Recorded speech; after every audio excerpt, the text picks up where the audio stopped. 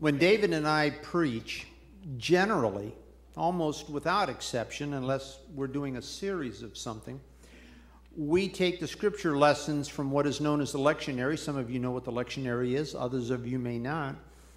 But the lectionary is a 3-year cycle of readings that tells the Christian story, beginning in Advent, moving into Christmas, and then Epiphany, and then tells the whole story.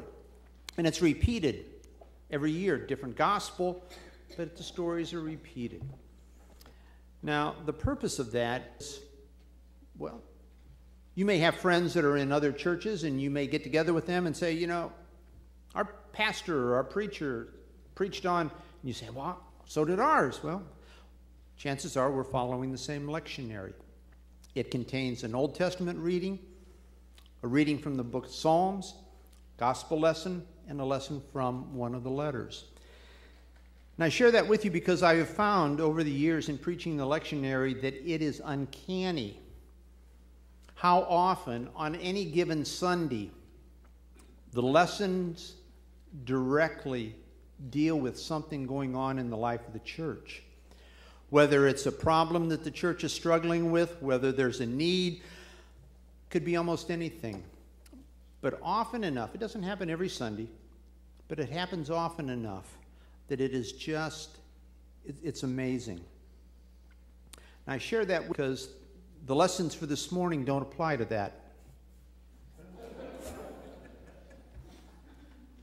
And that's okay, because I don't want you to become defensive when you hear what I'm going to be doing. What Paul has to say to us this morning is important, even though, to the best of my knowledge, we're not in the midst of a church split. We're not in the midst of any kind of divisive issues.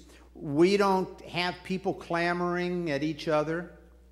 So when you hear what Paul has to say, you can hear it without becoming defensive. And maybe that's a good thing, because even though we're not going through a crisis, even though we're not going through a conflict, even though people aren't at each other's throats, what Paul has to say applies no matter what.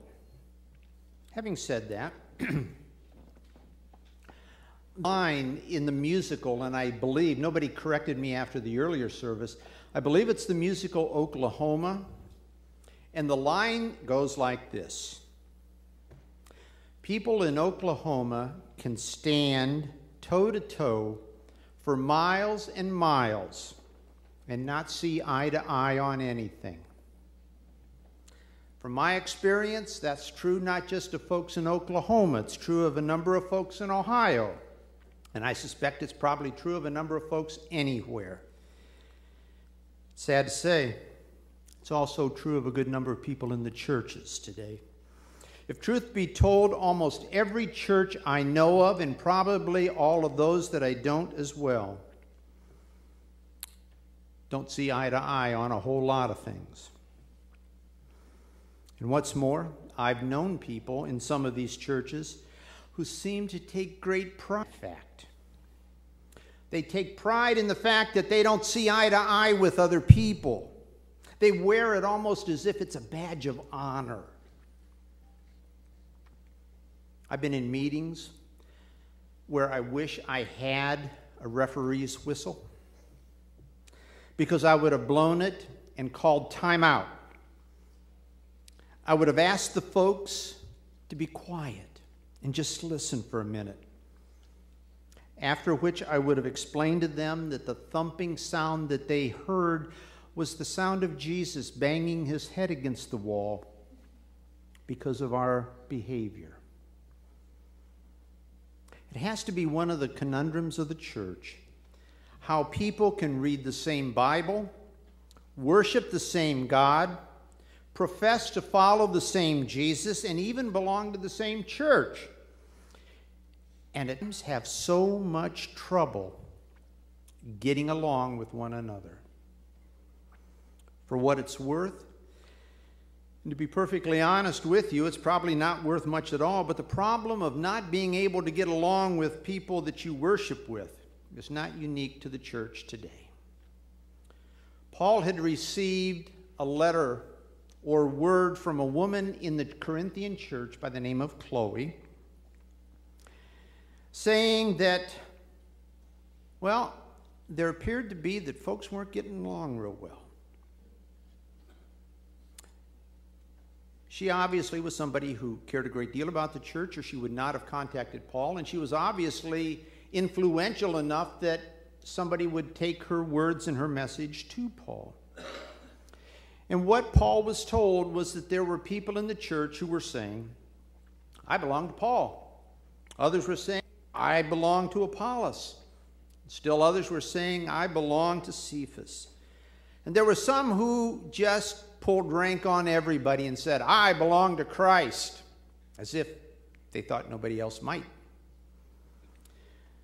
Just by reading the text, it's not real clear whether Apollos or Cephas themselves meant to be rivals to Paul, or whether it was simply a situation that we often find in churches today, where people show their appreciation for a certain pastor or teacher, Sunday school leader, small group leader, somebody who may have been instrumental in their coming to know Christ, somebody who may have helped them through an especially difficult time in their life, or officiated at their wedding, or baptized their children, or officiated at a funeral of a loved one. Regardless of how the situation arose in Corinth, Paul was not pleased. In fact, Paul saw it as a scandal. A scandal in the root sense of the word as being something that hinders or makes it difficult for others to believe. Paul's concern was not so much with how these divisions would necessarily alienate those within the congregation, as bad as that in itself could be, but how they would alienate the church from the world around it. How, in Paul's eyes, it would jeopardize the gospel and make a mockery of it. Some of you may be familiar with Tony Campolo, at least if nothing else by name. Tony Campolo is a retired professor of sociology from Eastern College in Pennsylvania. He's a popular author and speaker. He has spoken at various groups here in Ohio. Among the many books that Campolo has written, there is one that has what I believe has to be one of the best titles of any book I've ever seen. And the title of the book is Following Jesus Without Embarrassing God. You ever seen people act in defense of Jesus, or act in ways that, might embarrass God?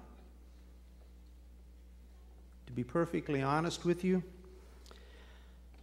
I imagine that a lot of what the church has done, and it's better than 2,000 years, has had to have caused a great deal of embarrassment. But perhaps nothing has caused God more embarrassment, not to mention pain, than the inability and at times the just flat out, downright unwillingness of those who profess to follow Jesus to get along with people who also profess to follow Jesus, but who may have had different experiences in their life and hence see and understand the gospel and their relationship with God in ways that are very different. Please understand me. I'm not saying that we can just believe anything we want to believe, that we can live any way we want to live, that we can do whatever we want to do and still be followers of Jesus. Jesus himself said, "Not everyone who says to me, 'Lord, Lord,' will enter the kingdom of heaven, but those who do the will of my Father." There has to be some criteria. It's just that we're not the ones who get to establish that criteria, nor are we the ones who get to do the judging. For Jesus also said, "Judge not that you may not be judged. For with the judgment you make will be the judgment by which you're judged. At times, I believe, folks, we walk a fine line between holding on to one another and making sure that they are accountable, holding them accountable for the faith they proclaim, and remembering that we're not called to be their judges. What we are called to do is to love one another. Jesus said, "By this, all that you are my disciples." That you love one another. And that you love one another in a very special, very specific kind of way. That you love one another the same way I love you.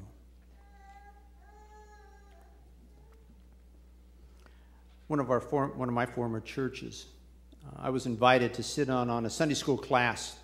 I can't remember why they asked me, but I do remember they were looking at a book by Max Lucado entitled The Grip of Faith. And they referred to a couple different areas in the book, and I was impressed by what Lucado said, and I've made a note of it over the years. But it applies to this bit about the divisions in the church that Paul was struggling with in Corinth.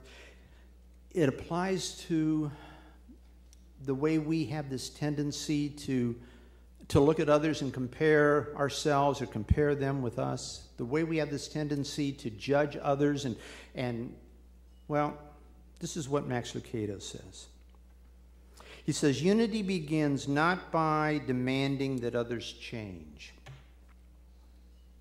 but in admitting that we're not so perfect ourselves. He says, is God asking us to do anything more than what he has already done? Hasn't he gone a long way in accepting us? If God can tolerate my mistakes, can't I tolerate the mistakes of others? If God allows me with my foibles and failures to call him Father, shouldn't I extend that same grace to others? If God doesn't demand perfection, should I?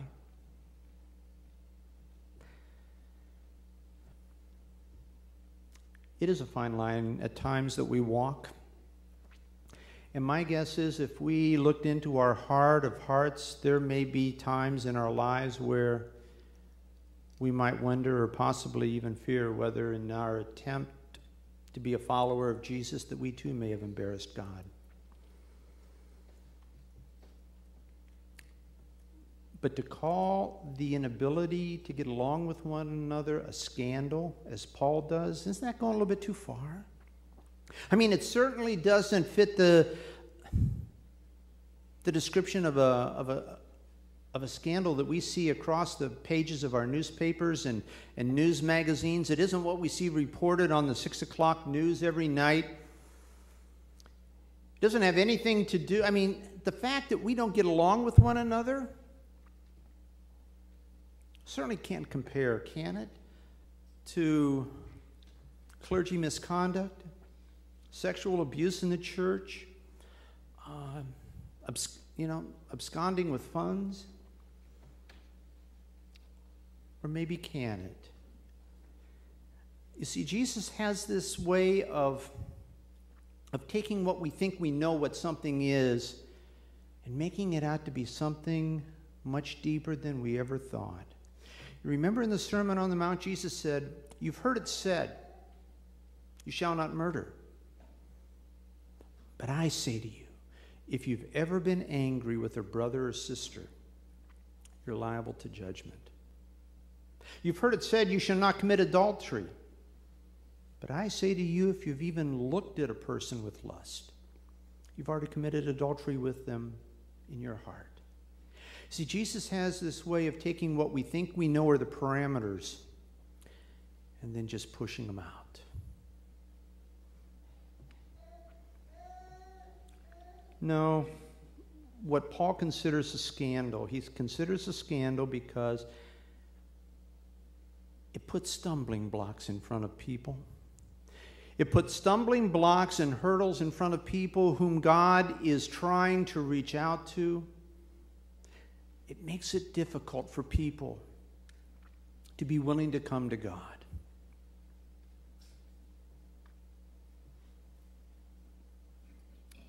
It certainly, at least according to the way we understand things, doesn't make much of a scandal compared to what we're used to seeing and understanding of scandals.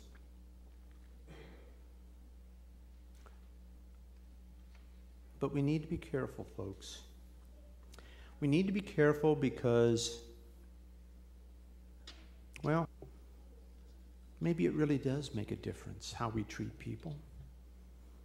Maybe it really does make a difference in how they understand what it means to be a follower of Jesus if they look at us. A scandal? Well, if it keeps somebody from coming to God, if it keeps somebody from believing that God loves them, if it keeps somebody from having a wholesome understanding of what it means to be in relationship with God, maybe it is. It is a privilege we have. It is a privilege to carry the name of God wherever we go. But we need to do so with the remembrance that how we live may cause a stumbling block for others. May God help us not to do that. May God help us to be kind and gracious and understanding and welcoming. And to be honest with you folks, I am just thrilled to death that we're not going through a major crisis right now. We're not going through a major scandal. There's not division. There's not major conflict. Because hopefully we can hear what Paul says without becoming defensive, without pointing fingers at the other side and saying what he, she, they need to do. Maybe unity is, as Max Lucado says, not demanding that others change, but beginning to see that maybe we're not so perfect ourselves and that we all live by God's grace and by grace alone. Praise be to God.